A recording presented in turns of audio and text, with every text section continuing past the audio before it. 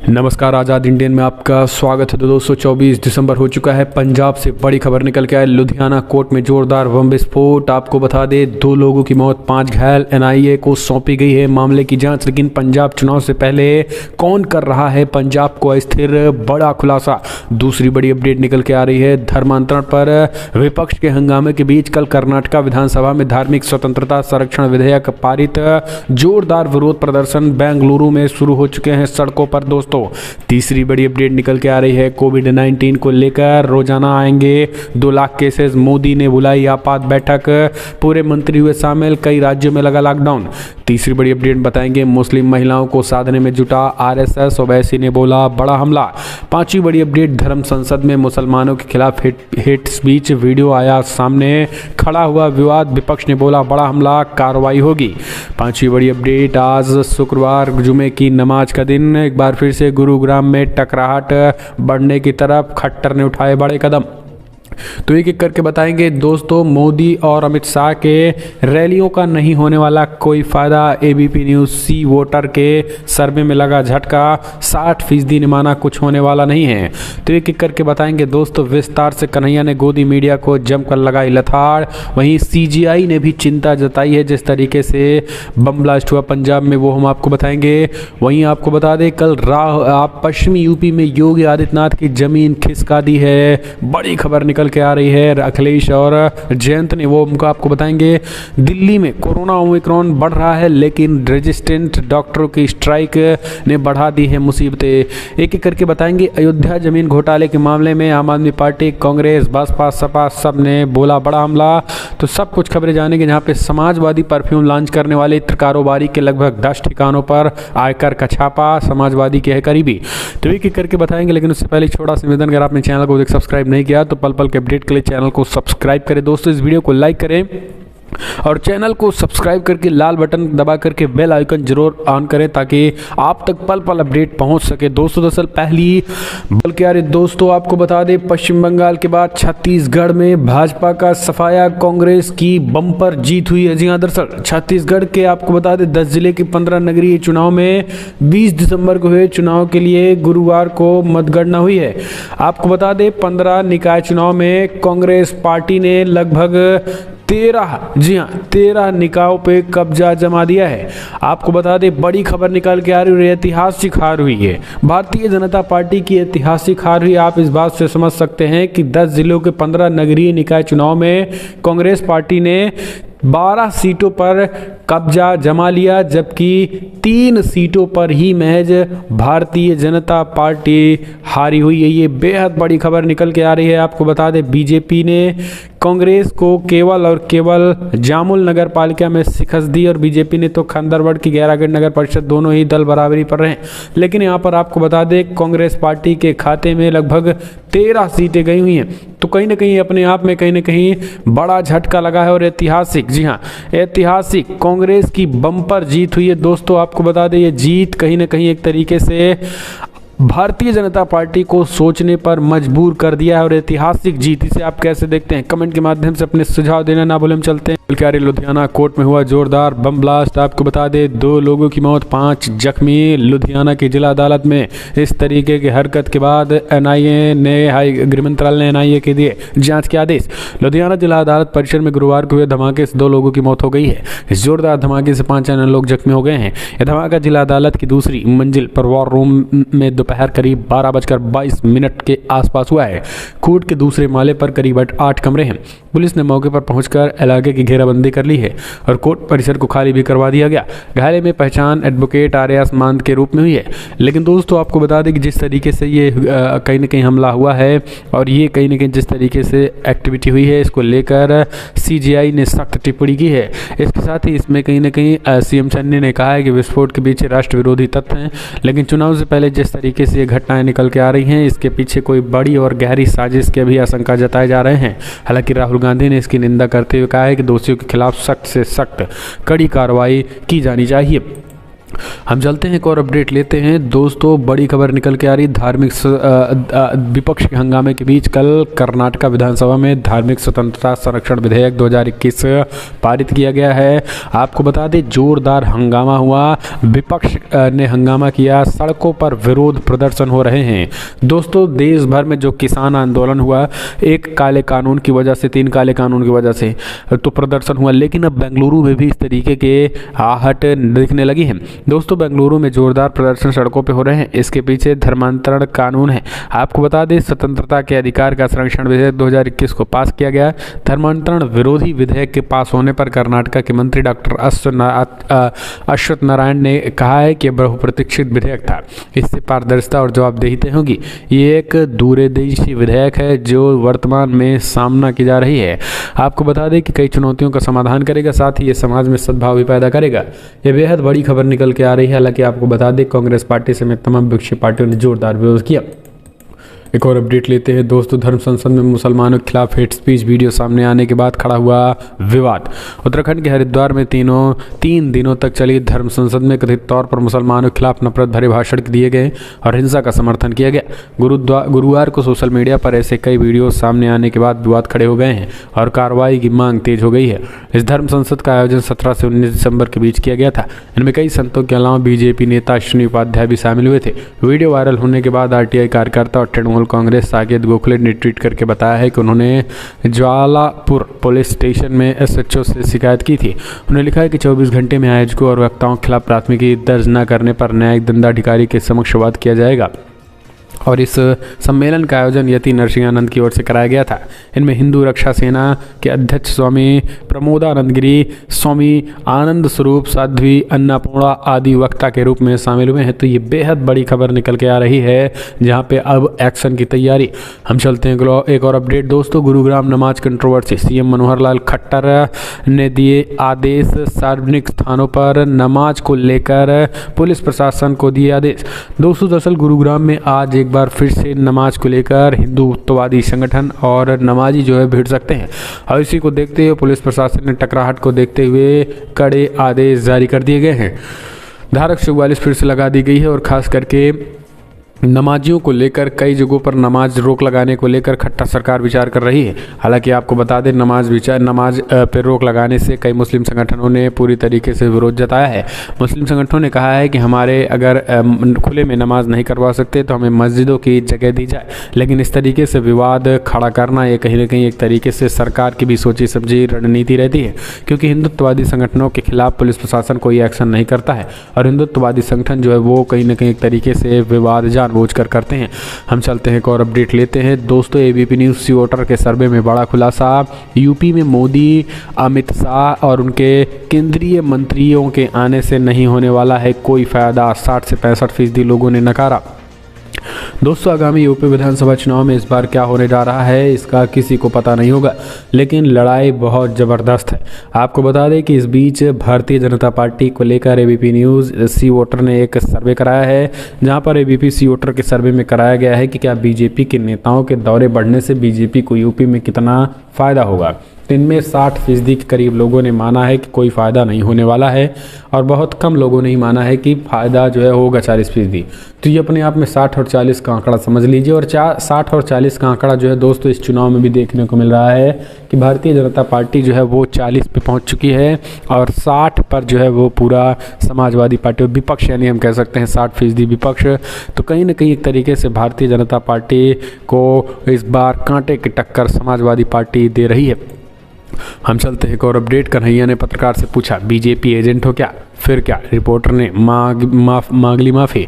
हाल ही में सीपीआई छोड़ कांग्रेस में शामिल हुए कन्हैया कुमार अक्सर पत्रकार के यही सवाल पूछते हैं, आप लेफ्ट छोड़कर कांग्रेस में क्यों आए? जवाब में कन्हैया कुमार ने भी अपनी बात रखते हैं और वो कारण बताते हैं जिसकी वजह से उन्हें कांग्रेस के साथ आगे की राजनीति सफर चलने का फैसला किया। इस बीच सोशल मीडिया पे कन्हैया कुमार का एक वीडियो तेजी से वायरल हुआ, जिसमें कन्हैया कुमार से पत्रकार ठीक ऐसा ही सवाल पूछते हैं जिसे कन्हैया कुमार पकड़ लेते हैं और जमकर लथाड़ लगाते हैं। कन्हैया कुमार पत्रकार से पूछते हैं कि क्या आपने बीजेपी से पैसा लिया है, क्या आप बीजेपी के एजेंट हैं? बाद में पत्रकार को ही कन्हैया से माफ़ी मांगनी पड़ी। छात्र जीवन से जोरदार भाषणों के लिए कन्हैया जाने जाते हैं। तो दोस्तों आपको बता दें कि लगातार पत्रकार ये चीज़ें कहकर कहीं ना कहीं कन्हैया को एक तरीके से उनका मनोबल डाउन करने और उनको शर्मिंदा करने की कोशिश करवाते हैं। एक और अपडेट लेते हैं दोस्तों, पश्चिमी यूपी में अखिलेश और जयंत की जोड़ी ने पूरी तरीके से हड़कंप मचा दिया है, नींद उड़ा रखी है Bharatiya Janata party and company की। कल हजारों हजार की संख्या भीड़ देखकर पूरी तरीके से खल्लास दिखे विपक्षी। दोस्तों आपको बता दें कल जिस तरीके से अखिलेश और जयंत की कल समाजवादी पार्टी रैली हुई, वो अपने आप में कहीं ना कहीं एक तरीके से कहीं ना कहीं ये संदेश दे दिया है कि आने वाले विधानसभा चुनाव में पूरी तरीके से सफाया होने जा रहा है। हालांकि दोस्तों आपको बता दें अखिलेश यादव कल नहीं पहुंच सके थे, खास करके कोरोना को लेकर के, लेकिन अखिलेश यादव ने ट्वीट करके इस बात की जानकारी दी। आपको बता दें समाजवादी पार्टी के प्रदेश अध्यक्ष पहुंचे, लेकिन यहाँ पर कहीं ना कहीं जिस तरीके से रैलियों में जन सैलाब उमड़ा, उसे देखकर हर किसी ने एक बात कहा कि अब की बार जो है वो सपा सरकार, क्योंकि दोस्तों पश्चिमी यूपी की 150 सीटों पे जो है सीधा सीधा आरएलडी और समाजवादी पार्टी, पश्चिमी यूपी में तो एक भी सीटें जो है वो भाजपा के खाते में जाने वाली नहीं है। हम चलते हैं एक और अपडेट लेते हैं तो दोस्तों बड़ी खबर निकल के आ रही है, दिल्ली शौक नहीं मजबूरी है, ये हड़ताल जरूरी है। दिल्ली में रेजिस्टेंट डॉक्टरों के स्ट्राइक, सरकारी हॉस्पिटलों में सेवाएं ठप। देश की राजधानी दिल्ली में नए कोरोना नए वेरिएंट ओमिक्रॉन के दहशत के बीच देश भर में सरकारी हॉस्पिटलों के हजारों रेजिस्टेंट डॉक्टर हॉस्पिटल पर हैं। रेजिस्टेंट डॉक्टर शौक नहीं मजबूरी है, ये हड़ताल जरूरी है नारों के साथ प्रदर्शन कर रहे हैं। Safdarjung RML, Lady Hardinge Medical College, Lok Nayak और गुरु तेग बहादुर हॉस्पिटल में सेवाएं लगातार छठे दिन यानी गुरुवार को भी प्रभावित रही। इंडियन एक्सप्रेस की रिपोर्ट के मुताबिक लोकनायक हॉस्पिटल में जो आमतौर पर डॉक्टरों को देखने या दवाइयां लेने के मरीजों से गुलजार रहता है, बुधवार दोपहर को परामर्श कक्ष के बाहर कोई कतार नहीं थी। हॉस्पिटल के स्त्री रोग विभाग के बाहर तैनात एक गार्ड ने बताया कि हॉस्पिटल में अब कम मरीज आ रहे हैं क्योंकि वो जानते हैं कि डॉक्टर हड़ताल पर हैं। हालांकि सभी सेवाएं खुली हैं और सीनियर डॉक्टर मरीजों को देख रहे हैं, बहुत कम आ रहे हैं। हम चलते हैं एक और अपडेट, समाजवादी परफ्यूम लॉन्च करने वाले इत्र कारोबारी, समाजवादी पार्टी के कारोबारी के घर और दफ्तर में आयकर का छापा, साथ में लाई गई नोट गिनने वाली मशीनें। यूपी के कानपुर में आयकर विभाग ने बड़ी कार्रवाई करते हुए गुरुवार सुबह सपा नेता पंपी जैन के करीबी इत्र कारोबारी पीयूष जैन के घर, factory, office, cold store, petrol pump पर छापे मारे। आयकर अधिकारियों ने उनके मुंबई और गुजरात स्थित प्रतिष्ठानों पर भी कार्रवाई की। अधिकारियों के मुताबिक करीब 150 करोड़ रुपए के कर अपवंचना का मामला सामने आ रहा है। यहाँ पर अपवंचना मुख्य रूप से मुखौटा कंपनियों के जरिए होता है। आनंदपुरी निवासी पीयूष जैन मूल रूप से कन्नौज के छिपत्ती के रहने वाले हैं और यहाँ पर घर इत्र की factory, cold store, petrol pump भी है। जिस मोहल्ले में वो रहते हैं वहीं सपा नेता पंपी जैन का भी घर है। पीयूष जैन का मुंबई में भी घर है, हेड ऑफिस भी और शोरूम में। उनकी कंपनियां भी मुंबई में ही पंजीकृत हैं। उनके खिलाफ छापे की कार्रवाई सुबह 11 बजे एक साथ सभी जगहों पे हुई। छापे के लिए मुंबई की टीम आई थी। मुंबई की टीम के नेतृत्व में ही कानपुर के आयकर अधिकारियों की टीम ने छापे मारे। छापे के आयकर के टीम नोट गिनने वाली मशीन लेकर अपने साथ आनंदपुरी पहुंची। अधिकारियों के मुताबिक पीयूष जैन के करीब 40 कंपनियां हैं जिनमें 2 मिडिल ईस्ट में भी हैं। तो ये कहीं न कहीं एक तरीके से एक साथ ये दिखाता है कि समाजवादी सिख के करीबी लोगों को कैसे किस तरीके से ठिकाने लगाया जा रहा है। एक और अपडेट, अयोध्या जमीन घोटाला मामले में बोली प्रियंका गांधी, राम के नाम पर हो रही लूट, आपके संजय सिंह ने भी बोला बड़ा हमला। अयोध्या के राम मंदिर के पास जमीन लेने की होड़ कई अधिकारियों व विधायकों को नाम आने के बाद योगी सरकार ने जांच के आदेश दे दिए हैं। इसके बाद आपको बता दें विपक्ष जो है भाजपा पर हमलावर दिख रहा है। कांग्रेस की राष्ट्रीय महासचिव प्रियंका गांधी, आम आदमी पार्टी के राज्यसभा सांसद, भाजपा सुप्रीमो मायावती ने योगी सरकार की भूमिका पर सवाल खड़ा किए हैं। उन्होंने कहा है कि आसपास की जमीन लूट मची हुई है, भाजपा के नेता क्या कर रहे हैं। जिस जमीन की जाल साजी में भाजपा के विधायक, mayor, commissioner, DIG, DM, ADM, SDM सब शामिल हैं, उसकी जांच आदित्यनाथ जी के अधिकारी नहीं कर सकते हैं। सुप्रीम कोर्ट की देखरेख में एसआईटी जांच होनी चाहिए। वहीं मायावती ने भी इसकी जांच के लिए कहीं न कहीं एक तरीके से सुप्रीम कोर्ट, उन्होंने कहा कि सुप्रीम कोर्ट की निगरानी में होनी चाहिए क्योंकि उनके सारे के सारे अधिकारी स्वयं इस भ्रष्टाचार में शामिल हुए हैं। हम चलते हैं एक और अपडेट, यूपी विधानसभा चुनाव से ठीक पहले संघ का नया एजेंडा मुस्लिम महिलाओं को लेकर। मुस्लिम महिलाओं को साधने में जुटा आरएसएस, यूपी में शुरू किया संपर्क अभियान। राष्ट्रीय स्वयंसेवक संघ आरएसएस ने यूपी में विधानसभा चुनाव से पहले मुस्लिम महिलाओं तक पहुंचने के लिए बड़े पैमाने पर अभियान शुरू कर दिया है।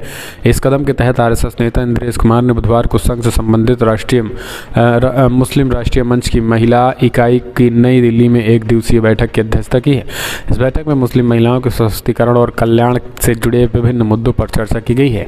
इस दौरान यूपी के मुख्यमंत्री योगी आदित्यनाथ की आत्मकथा दस्ताने योगी का विमोचन भी किया गया है। इस किताब का विमोचन कुमार ने किया है, जो वर्ष 2017 में प्रकाशित और शांतनु गुप्ता द्वारा लिखी the monk who became chief minister का उर्दू संस्करण है। लेकिन यहाँ पर आपको बता दें कि आरएसएस के नेताओं द्वारा मुस्लिम महिलाओं को कहीं न कहीं तरीके से अपने पाले में कोशिश की जा रही है। हालांकि ओवैसी ने कहा है कि जो महिलाओं से दूर रहते हैं, आखिर वो मुस्लिम महिलाओं के पास क्यों जा रहे हैं।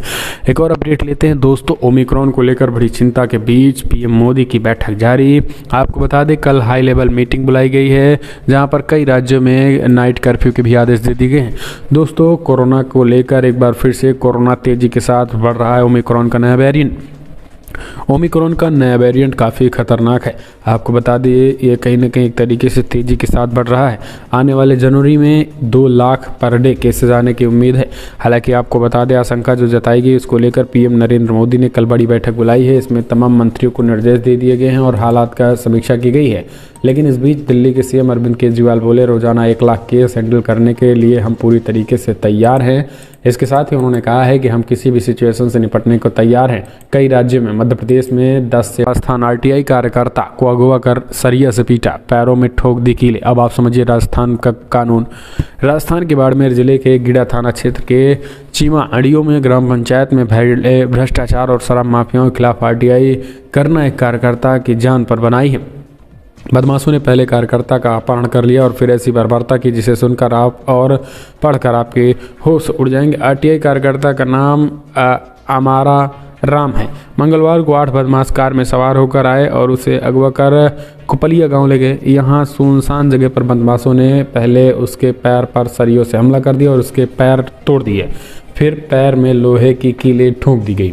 इतना करने के बाद ही बदमाशों ने आरटीआई कार्यकर्ता अमरा राम के पैर में सरिये से लगातार हमला कर दिया। हम चलते हैं, एक और अपडेट लेते हैं। तो दोस्तों, बड़ी खबर निकल के आ रही है। आपको बता दें पीएम मोदी से नाराज हुई ममता बनर्जी शुक्रवार को बुलाई बैठक में नहीं होंगी शामिल। दोस्तों, पश्चिम बंगाल के सीएम ममता बनर्जी और पीएम नरेंद्र मोदी के बीच तनाव फिर से खुलकर सामने आ गया है। बुधवार को पीएम मोदी के साथ हुई डिजिटल बैठक में बोलने का मौका नहीं देने से नाराज सीएम ममता बनर्जी ने ऐलान किया है कि आध्यात्मिक नेता ऋषि अरविंद की 150वीं जयंती को लेकर बनाई गई समिति में शुक्रवार को यानी आज बुलाई गई बैठक में शामिल नहीं होंगी।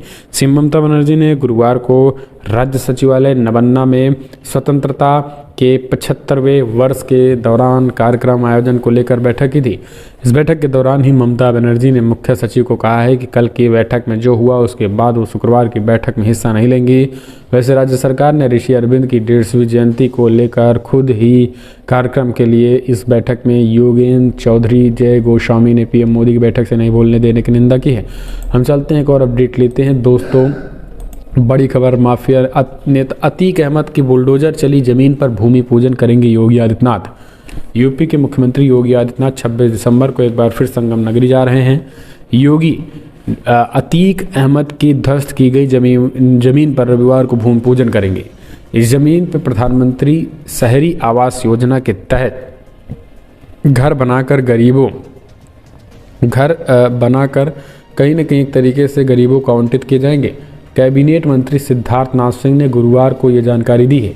यूपी में विधानसभा चुनाव 2022 से पहले सीएम योगी की इस सभा को अहम माना जा रहा है। एक हफ्ते के भीतर सीएम योगी का संगम नगरी में ये दूसरा दौरा है। जानकारी के मुताबिक योगी सरकार के निर्देश पर प्रयागराज विकास प्राधिकरण ने प्रयागराज के लूकरगंज में स्थित जमीन को अतीक अहमद के कब्जे से खाली कराया था। हम चलते हैं, एक और अपडेट लेते हैं। आम आदमी को झटका, 1 जनवरी से कई चीज़ों के बढ़ेंगे दाम। जी हाँ, महंगाई 2022 मुबारक हो। दोस्तों, आम आदमी को अगले महीने यानी 1 जनवरी 2022 से महंगाई का जोर का झटका धीरे से लगने वाला है। जहां कपड़े व जूते चप्पल खरीदने से लेकर ऑनलाइन खाना मंगवाना काफ़ी महंगा होने वाला है। दरअसल 1 जनवरी से रेडीमेड गारमेंट्स पर जीएसटी दर 5% से बढ़ाकर 12% हो जाएगी। इनमें रेडीमेड गारमेंट की कीमतें बढ़ेंगी। कपड़ा व्यापारियों का कहना है कि जीएसटी में इजाफा होने से रिटेल कारोबार बुरी तरीके से प्रभावित होगा। रेडीमेड में व्यापार से जुड़े व्यापारी जीएसटी में इजाफा किए जाने का विरोध भी कर रहे हैं। दोस्तों आपको बता दें कि ये जो महंगाई है वो जोर का झटका धीरे से इसलिए लगेगा क्योंकि गोदी मीडिया आपको बताएगी ही नहीं। अंदरूनी महंगाई हो जाएगी। जब आप दुकान पे जाएंगे तो पता चलेगा कि भैया रेट दाम बढ़ चुका है, तो आपको लगेगा कि चलिए ठीक है कोई बात नहीं, मोदी हैं तो अच्छे दिन हैं। हम चलते हैं एक और अपडेट लेते हैं। एक और खबर निकल के आ रही है। तो दोस्तों पंजाब लुधियाना कोर्ट ब्लास्ट पर गृह मंत्रालय ने मांगी रिपोर्ट।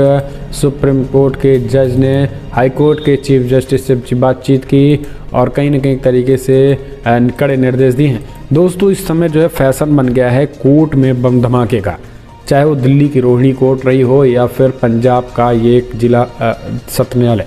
यहाँ पर जिस तरीके से धमाका हुआ है इसको लेकर बड़ी खबर निकल के आई कि इसको लेकर सीधा सुप्रीम कोर्ट के चीफ जस्टिस ऑफ इंडिया ने पंजाब चंडीगढ़ हाई कोर्ट के चीफ जस्टिस से बातचीत की और उन्होंने निर्देश दिया है कि तत्काल इस चीज़ की जांच होनी चाहिए सघनता से और ये सारे घटनाक्रम कैसे हो रहे हैं इसकी जांच हो। हम चलते हैं एक और अपडेट। तुर्की के राष्ट्रपति ने ऐसा क्या किया कि रातों रात लीरा बन गया तुर्की का बादशाह।